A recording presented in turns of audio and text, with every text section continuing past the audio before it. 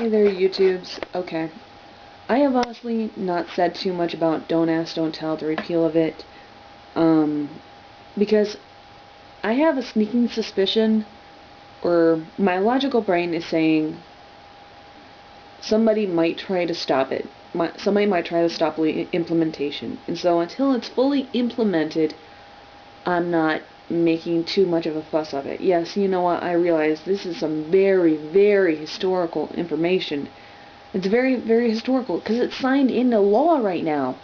But until it's implemented, it's just paper. And I mean, I hate to say it because in the gay and lesbian community, we're fighting for paper, basically. And we're fighting for the rights that are associated with those pieces of paper. But until it's implemented, I'm not really going to raise my rainbow flag and let it fly. But since it was requested by a colleague of mine on here, varablasts, I am going to at least do this video and read to you what one of my senators, Cheryl Brown, sent me. Cheryl Brown is from Ohio. And then a piece by the American Civil Liberties Union. The piece by the American Civil Liberties Union I will link below. Cheryl Brown. A proud vote for the repeal of Don't Ask, Don't Tell. For nearly 17 years, a federal law dictated that gay and lesbian Americans serving or hoping to serve in the military must be silent about their sexual orientation or face the grim consequence of almost certain discharge.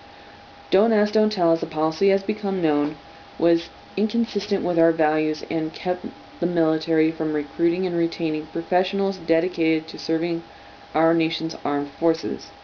That is why I opposed the policy in the mid-90s and advocated for its repeal ever since. Over the last several months, I have heard from many Ohioans, including members of our military, expressing profound opposition to Don't Ask, Don't Tell. Their experiences and heartfelt stories were a reminder that important battles remain in the fight for human rights and social justice in this country. History is on their side. I write today with great pride to share the news that after extensive debate, the U.S. Senate voted on Sunday, December 17th, to repeal Don't Ask, Don't Tell. The vote today affirms what military leaders from Defense Secretary Robert Gates to General Colin Powell to Chairman of the Joint Chiefs of Staff Mike Mullen have been saying for some time. Repeal of Don't Ask, Don't Tell policy will make our military stronger. With our nation at war, it is especially important that our policies promote the recruitment and retention of the very best servicemen and women regardless of their gender, race, religion, or sexual orientation. It was no surprise to learn that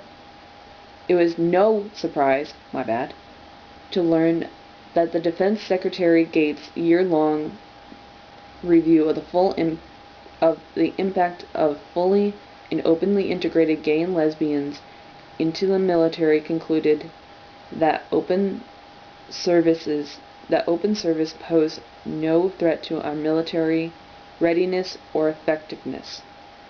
It is estimated that the Don't Ask, Don't Tell policy has cost the American people between $290 million to $500 million to implement and has resulted in the discharge of more than 14,000 soldiers.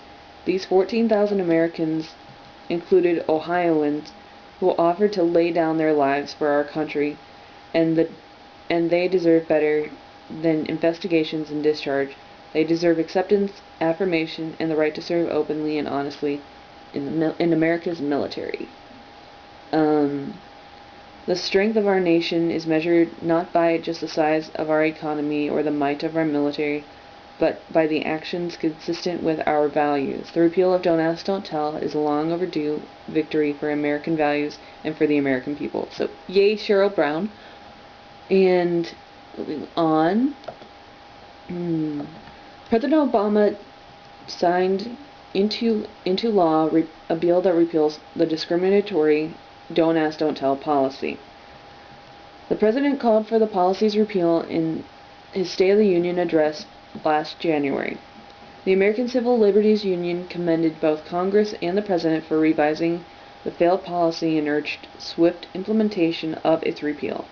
The following can be attributed to Laura W. Murphy, Director of ACLU, the ACLU's Washington Legislative Office. Quotation. We commend both Congress and the President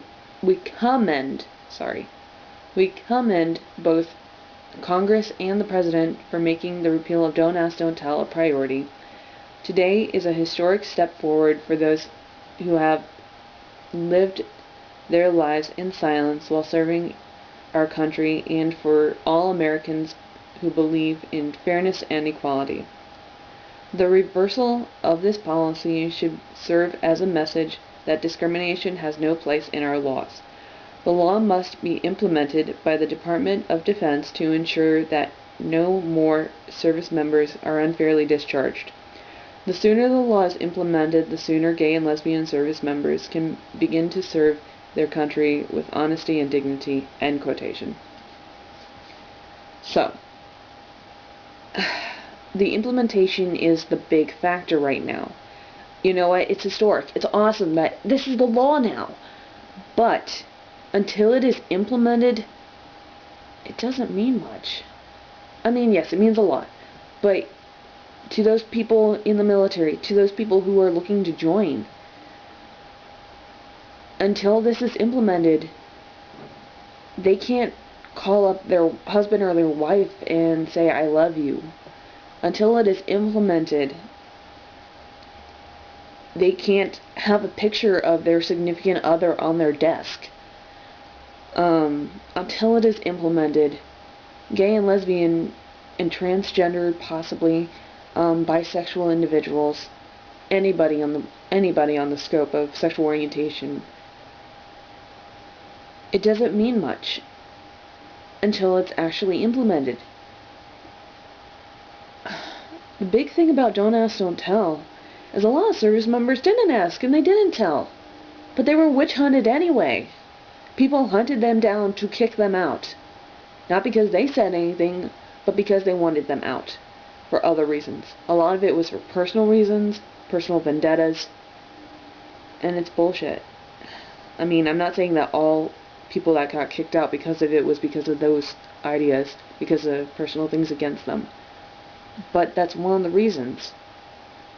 There are so many servicemen and women out there who are serving valiantly, and who are serving without even being able to talk, without even being able to use the right language for their significant other. I knew somebody back at school whose significant other was in the military, and neither one of them could say, yeah, that's my girlfriend. Whereas the heterosexuals who were also going to the support groups or who were in the service, all the heterosexuals could say, oh yeah, that's my girlfriend or my boyfriend, that's my girl at home, that's my boy at home. But the gay and lesbians couldn't even talk about that?